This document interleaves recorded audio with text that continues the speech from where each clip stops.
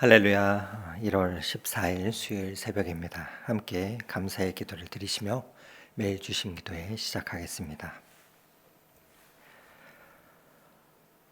전능하신 하나님 아버지, 오늘도 이 새벽을 깨워주시고 주님 앞에 나와 엎드려 기도할 수 있는 생명을 주심에 감사를 드립니다.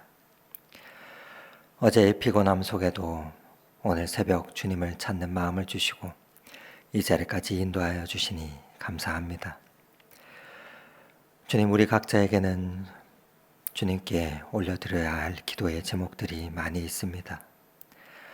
답답한 일들, 막힌 것 같은 상황들, 또 아무리 기다려도 오지 않는 응답들, 주님이 이 모든 것을 가지고 하나님 앞에 나올 수 있음에 감사합니다. 주님께서 우리의 기도를 들으시고 응답하실 줄 믿기 때문입니다. 하나님 아버지, 어느덧 1월도 중순이 되어갑니다. 새해를 맞이하며 정신없이 며칠을 보내며 우리의 조급함을 마주합니다. 한 해, 두 해, 수년이 지나도 응답이 없으면 하나님 제 기도를 들으셨습니까? 라고 묻는 우리의 모습을 봅니다. 그러나 주님, 당신의 시간표는 우리의 시간표와 다름을 고백합니다. 오늘 우리에게 일어나는 평범한 일들이 의미 없는 사건처럼 보일 때가 있지만 반복되는 일상과 변화없는 하루하루가 때로 헛되게 느껴질 때가 있지만, 그러나 주님 말씀 가운데 우리의 눈이 열리게 하셔서 오늘의 작은 사건이 주님의 긴 시간표 속에서 어떻게 섭리로 이루어지는지를 깨닫게 하여 주시옵소서. 그래서 우리로 조급하지 않게 하시고 또 포기하지 않게 하시며 주님께서 우리를 하루하루 다 기억하고 계심을 믿음의 눈으로 볼 수 있게 하여 주시옵소서. 사랑하는 하나님 아버지, 높은 덕소교회를 세워주심에 감사드립니다. 이 교회가 진정한 공동체로서의 역할을 잘 감당해 나갈 수 있도록 날마다 은혜를 더하여 주시옵소서. 먼저 서로 사랑하게 하시고 서로 섬기게 하시고 함께 주님의 뜻을 이루어가는 아름다운 공동체가 되게 하여 주시옵소서. 무엇보다도 특별히 올 한 해 주님께서 세워진 재직들과 봉사자들을 축복하여 주시길 원합니다. 섬김의 자리가 짐이 아니라 기쁨이 되게 하시고 수고가 아니라 감사가 되게 하옵소서. 그래서 섬김 가운데 주님의 은혜를 더욱 깊이 경험하게 하시고 섬김을 통해 더욱 풍성한 교제와 만남이 이루어지게 하여 주시옵소서. 교회는 성도가 함께 세워가는 주님의 집임을 고백합니다. 섬김의 손길이 필요한 곳마다 하나님 기꺼이 자원하는 마음들이 일어나게 하시고 어느 한 부서도 섬김의 손길이 불족하지 않도록 각자의 받은 은사와 달란트로 작은 자리라도 기쁨으로 채워가는 그러한 귀한 믿음의 발걸음과 손길이 넘치게 하여 주시옵소서. 누군가의 강요가 아니라 주님의 사랑에 날마다 감동되어 기쁨으로 각자의 자리에서 주님을 섬기는 자들이 일어나 섬김의 기쁨이 풍성한 믿음의 공동체 될 수 있도록 주님 인도하여 주시옵소서. 긍휼이 풍성하신 하나님 아버지, 오늘도 질병으로 고통받고 있는 주님의 자녀들을 기억하여 주시기를 원합니다. 작년 말 척추 종양 제거 수술을 받으신 후 통증과 계속되는 마비 증세로 힘든 치료의 과정을 겪고 있는 주님의 딸을 긍휼히 여겨주시기를 원합니다. 주님의 치유하시는 손길이 그 몸을 만져주시고 속히 회복되게 하옵소서. 무엇보다 고통 가운데에도 주님을 의지하는 믿음을 더하여 주시고 평안히 그와 함께하게 하옵소서. 또한 연로하신 어머니께서 뇌경색으로 입원하신 후에 회복 중인 것을 위해 기도하는 아들의 간절한 기도를 들어주시기를 원합니다. 효도하는 아들의 마음을 아시는 주님, 그 어머니를 붙들어 주시고 회복시켜 주시며 사랑하는 가족들에게 위로와 힘을 더하여 주시옵소서. 오늘도 이 땅의 모든 환우들을 주님 기억하여 주시고 병상에 누워있는 이들에게 십자가의 보혈의 능력을 믿는 믿음을 더하여 주셔서 주님의 평안이 그 마음에 임하게 하시고 연약한 몸을 강하게 하셔서 생명의 치유를 경험케 하옵소서. 이제 주님의 말씀 앞으로 나아갑니다. 주님, 우리의 귀와 마음에 생명의 씨앗으로 심겨지게 하여 주시고, 하나님 귀로만 듣지 않게 하시고 우리의 마음으로 받아들이게 하셔서 삶으로 실천할 수 있는 귀한 믿음의 발걸음 되게 하옵소서. 오늘도 말씀을 통해 우리가 주님의 뜻 안에서 거하게 하시고 주님의 긴 시간표를 신뢰하며 한 걸음 한 걸음 신실하게 나아가는 자들이 되게 하옵소서. 늘 언제나 우리와 동행하시는 우리 구주 예수 그리스도 이름으로 기도드립니다. 아멘. 오늘 함께 은혜 나눌 하나님의 말씀은 창세기 10장 말씀입니다. 창세기 10장 1절에서 32절의 말씀을 저와 여러분이 좀 길지만 교독하도록 하겠습니다. 노아의 아들 셈과 함과 야벳의 족보는 이러하니라. 홍수 후에 그들이 아들들을 낳았으니 야벳의 아들은 고멜과 마곡과 마대와 야왕과 두발과 메색과 디라스요. 고멜의 아들은 아스그나스와 리박과 도갈마요. 야완의 아들은 엘리샤와 달시스와 기띔과 도다님이라. 이들로부터 여러 나라 백성으로 나뉘어서 각기 언어와 종족과 나라대로 바닷가의 땅에 머물렀더라. 함의 아들은 구스와 미스라임과 북과 가나안이요.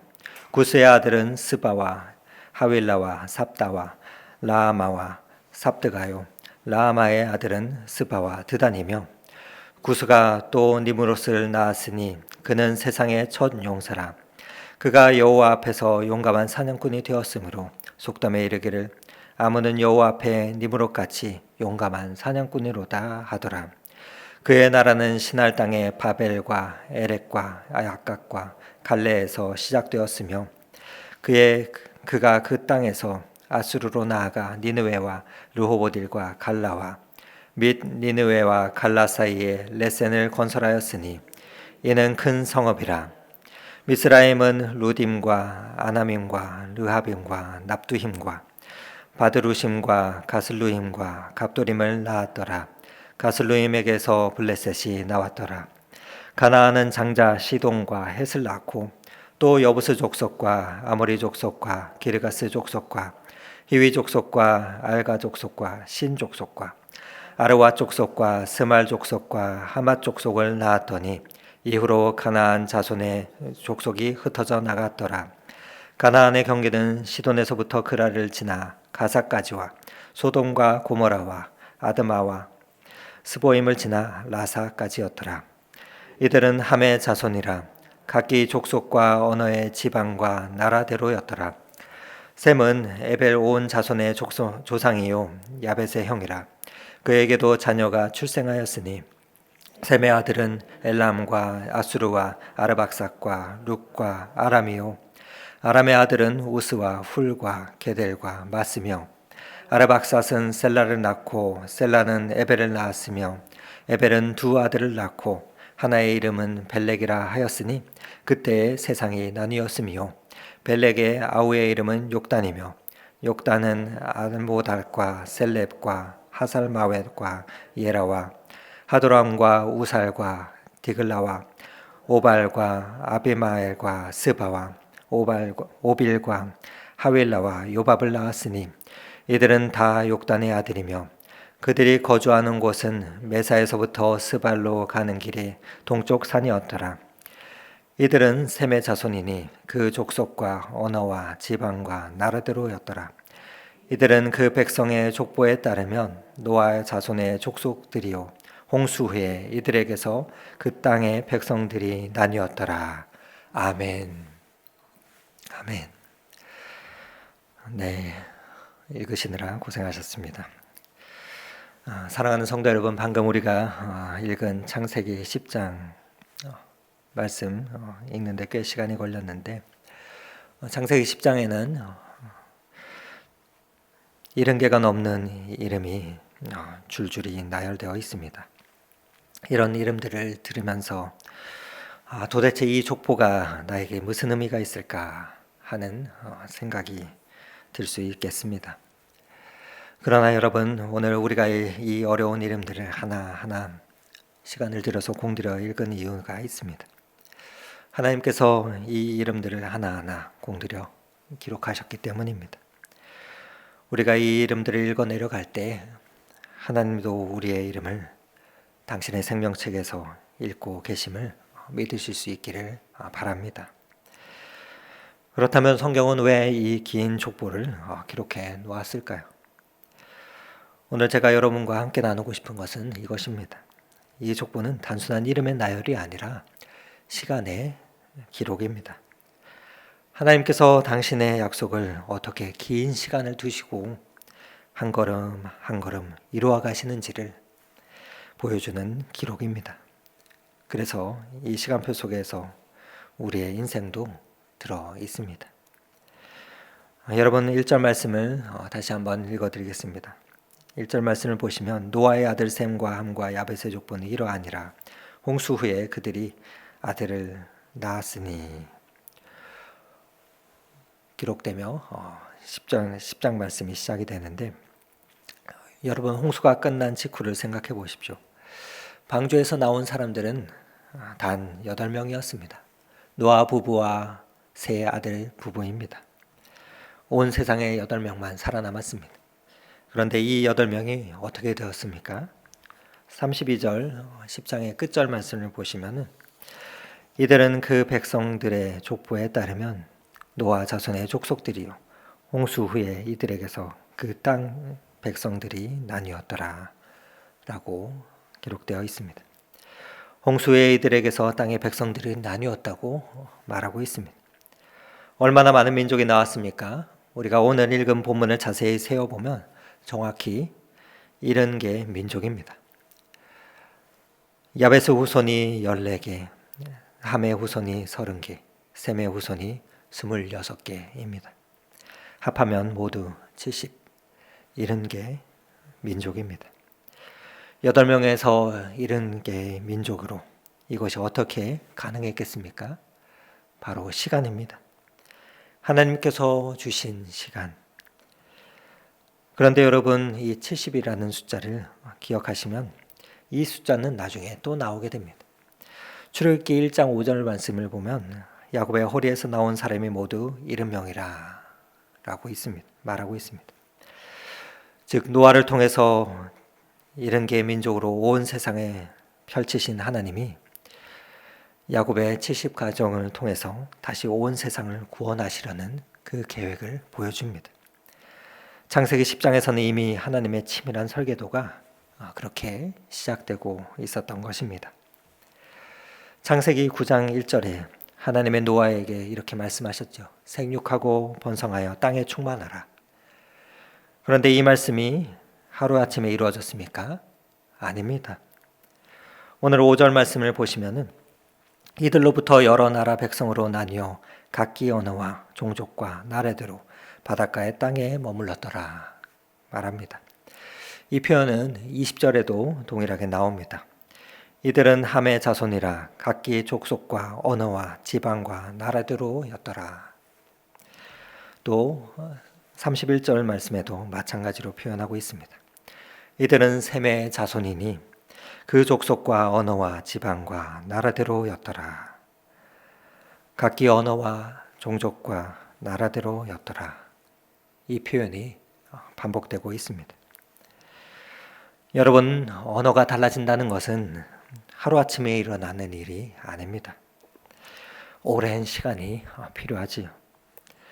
종족이 형성되고 나라가 세워지는 것도 오랜 시간이 필요합니다. 하나님께서 땅에 충만하라 라고 말씀하셨을 때 그것은 즉시 이루어진 것이 아니라 수백 년의 시간이 거쳐서 오랜 세월을 거쳐서 조금씩 천천히 그러나 확실하게 이루어진 것입니다. 우리는 빠른 것을 좋아합니다. 빠른 배송, 빠른 승진, 빠른 속도. 그런데 하나님은 시간 속에서 천천히 일하십니다. 그러나 하나님께서 천천히 하신다고 해서 일을 안 하시는 것이 아닙니다. 반드시 이루십니다. 그러나 하나님의 시간표 가운데 이루십니다. 그런데 오늘 본문을 자세히 보면 흥미로운 점이 하나 있는데 1절 말씀에 노아의 세 아들 순서를 보게 됩니다. 1절에는 노아의 세 아들 순서가 셈과 함과 야벳으로 셈부터 맨 먼저 나오죠. 셈이 첫째 장자이기 때문입니다. 그런데 2절부터는 어떻게 나옵니까? 야벳부터 나옵니다. 그래서 2절에서 5절까지 야벳의 족보가 나오고 6절부터 20절까지 함의 족보가 나옵니다. 그리고 그 다음에 21절에서야 셈의 족보가 나옵니다. 여러분, 왜 셈의 족보를 마지막에 기록했겠습니까? 그것이 가장 중요하기 때문이죠. 21절을 함께 다시 한번 읽어보도록 하겠습니다. 셈은 에벨 온 자손의 조상이요 야벳의 형이라. 그에게도 자녀가 출생하였으니. 21절부터 쭉 이제 셈의 족보가 시작되죠. 여기에 에벨이 나옵니다. 셈의 후손 중에서 특별히 에벨의 후손을 통해서 하나님의 구원 계획, 즉 구속사가 이어질 것이기 때문입니다. 그런데 25절에 보면 또 다른 흥미로운 이름이 나오죠. 에벨은 두 아들을 낳고 하나의 이름은 벨렉이라. 그때의 땅이 나뉘었습니다. 벨렉의 이름이 나뉘다라는 뜻이라고 합니다. 그때 세상이 나뉘었기 때문에 벨렉이라 지었다고 말하고 있습니다. 여러분, 이것은 무엇을 말하는 것입니까?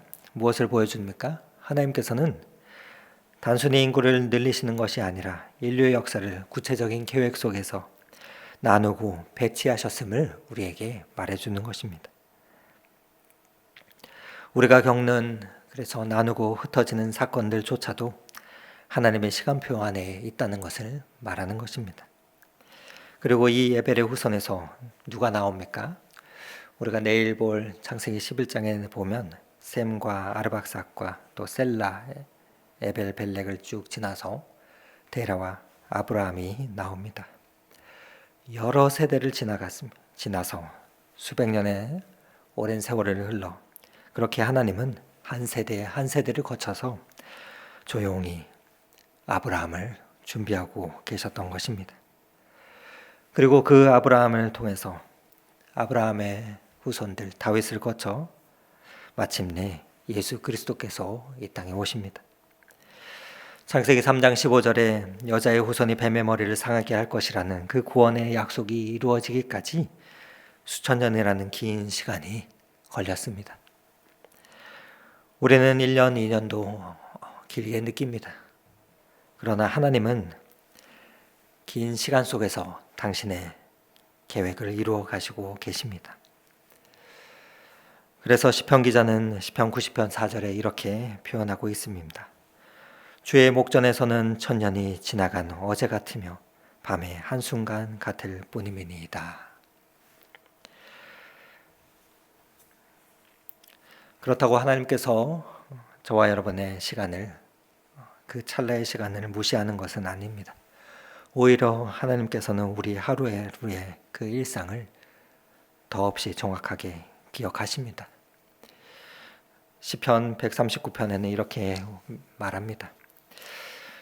우리 한번 함께 읽어보도록 하겠습니다. 내 형질이 이루어지기 전에 주의 눈이 보셨으며 나를 위하여 정한 날이 하루도 되기 전에 주의 책에 다 기록이 되었나이다. 아멘. 나를 위하여 정한 날이 하루도 되기 전에 주의 책에 다 기록되었나이다. 긴 세월 속이지만 저와 여러분의 일상이 하나님의 책에, 우리의 이름이 주님의 책에 기록되어 있습니다. 여러분, 그런데 오늘 본문에 또 하나의 흥미로운 인물이 나옵니다. 8절부터 나오는 인물인데, 구스가 또 니므롯을 낳았으니 그는 세상의 첫 용사라. 니므롯이라는 세상의 첫 용사라는 자가 나옵니다. 그런데 여기서 묘사하고 있는 이 용사라는 말은 히브리어로 기보르라는 단어를 쓰는데, 이는 단순히 힘센 사람이 아닙니다. 무력으로 사람들을 억압하는 폭군을 의미합니다. 즉 니므롯은 강력한 사람이었습니다. 그는 바벨을 세우고 에렉을 세우고 약갓을 세웠습니다. 11절 말씀을 보면은 니느웨까지 건설했다고 나옵니다. 세상적으로 보면 엄청난 성공을 했습니다. 빠르고 강력하게 그리고 화려하게 자기의 왕국을 건설했습니다. 그런데 이 니므롯의 이야기는 12절에서 끝이 납니다. 그리고 그 다음부터는 니므롯에 대한 이야기가 더 이상 등장하지 않습니다.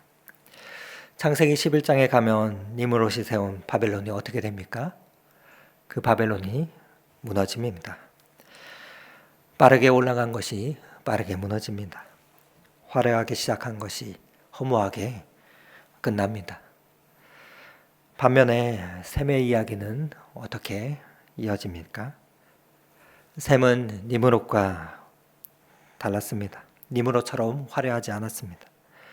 셈은 무슨 도시를 세웠다는 그러한 이야기가 없습니다. 셈이 이 세상의 첫 용사라는 그러한 칭호도 받지 않았습니다. 그런데 셈의 계보는 21절에서 시작해서 창세기 11장으로 이어지고 또 창세기 12장의 아브라함으로 이어지고 결국 마태복음 1장까지 예수 그리스도로 이어집니다. 니므롯은 빠르게 성공했지만 빠르게 사라졌습니다. 그러나 셈은 천천히 그렇지만 끝까지 이어지는 것을 보게 됩니다. 여러분, 이것이 하나님의 방식입니다. 니므롯은 자기의 이름을 낸 도시를 세웠지만 사라졌습니다. 셈은 도시 대신 하나님의 약속을 이어갈 자손을 낳았습니다. 그리고 업적이 아니라 생명을, 건물이 아니라 계보를 이어갔습니다. 이것이 하나님의 가치입니다. 사랑하는 성도 여러분, 우리는 조급합니다. 빨리 응답받기를 원합니다. 하나님 왜 이렇게 오래 걸립니까? 하고 날마다 묻습니다. 그런데 오늘 말씀을 보시면 하나님은 8명을 70개의 민족으로 만드십니다. 우리가 답답해하는 그 세월 속에 하나님은 긴 시간표 속에서 하나님의 당신의 일들을 이루어 가십니다. 하나님의 시간표 속에는 우리의 시간은 아주 짧은 순간입니다. 여러분, 오늘 우리의 교회 표어 중에 사건을 섭리처럼 이라는 말씀 표현이 있습니다. 오늘 말씀과 정확히 연결된다 생각합니다. 창세기 10장의 70개의 민족 이야기가 그 민족의 이야기들, 그 옛날 사람들은 어떻게 보았겠습니까? 평범한 사건으로 보았을 것입니다. 누가 태어나고 이사가고 또 정착하고 그 모든 것들이 일상의 사건들이었습니다. 그러나 하나님의 시간표에서 보면 이는 섭리입니다. 니므롯도 당시에는 대단한 사건이었을 것입니다. 대단한 이벤트였습니다. 바벨을 세우고 니느웨를 건설하고, 그러나 그것은 이벤트로 끝났습니다. 반면에 셈의 후손들은 조용했지만 하나님의 섭리의 중심성 가운데 있었습니다. 여러분, 오늘 우리가 마주할 일들, 여러분에게 일어나는 일들이 하루하루 일상이 의미 없어 보이십니까? 반복되는 일상이 변화없는 하루하루가, 기다려도 오지 않는 그 응답들이 의미 없어 보이십니까? 아닙니다. 이것은 하나님의 긴 시간표에 있는 섭리입니다. 사건을 섭리처럼 보는 눈, 이것이 하나님의 시간표를 신뢰하는 그러한 것입니다. 그렇다면 우리가 어떻게 해야 되겠습니까? 첫째로 우리는 조급하지 말아야 합니다. 하나님의 시간표가 우리의 시간표와 다르다는 것을 인정해야 합니다. 오늘의 사건이 그래서 먼 훗날 섭리로 드러날 것입니다. 그것을 끝까지 믿기를 원합니다. 그리고 포기하지 마십시오. 셈의 후손들이 아브라함을 보지 못하고 죽어갔습니다. 그러나 그들은 하나님의 약속을 믿으며 한 세대 한 세대 살아갔습니다. 여러분, 우리가 우리 자녀들의 신앙 회복을 위해서 오래 기도하시는 분들이 계십니까?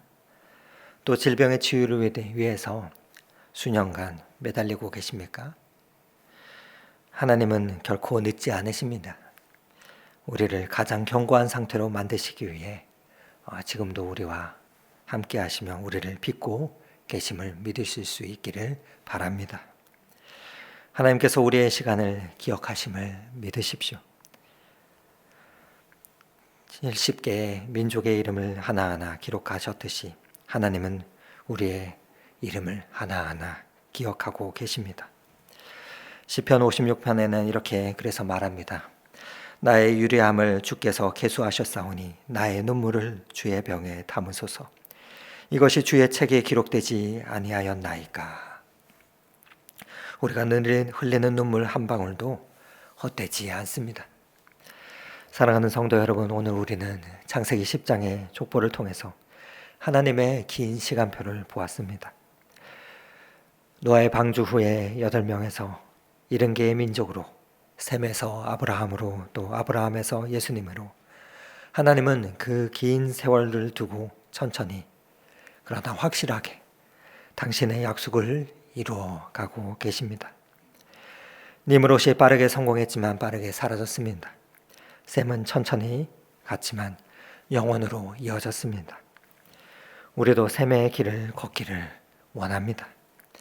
빠르지 않아도 화려하지 않아도 그러나 하나님의 시간표 안에서 신실하게 오늘도 이 하루를 한 걸음 한 걸음 걸어나가기를 간절히 소망합니다. 그래야 해서 일상이 예배가 되는 교회, 우리의 평범한 일상이 예배가 되기 위해서 오늘도 사건을 섭리처럼 바라보는 그 시선을 저와 여러분이 가지실 수 있기를 바랍니다.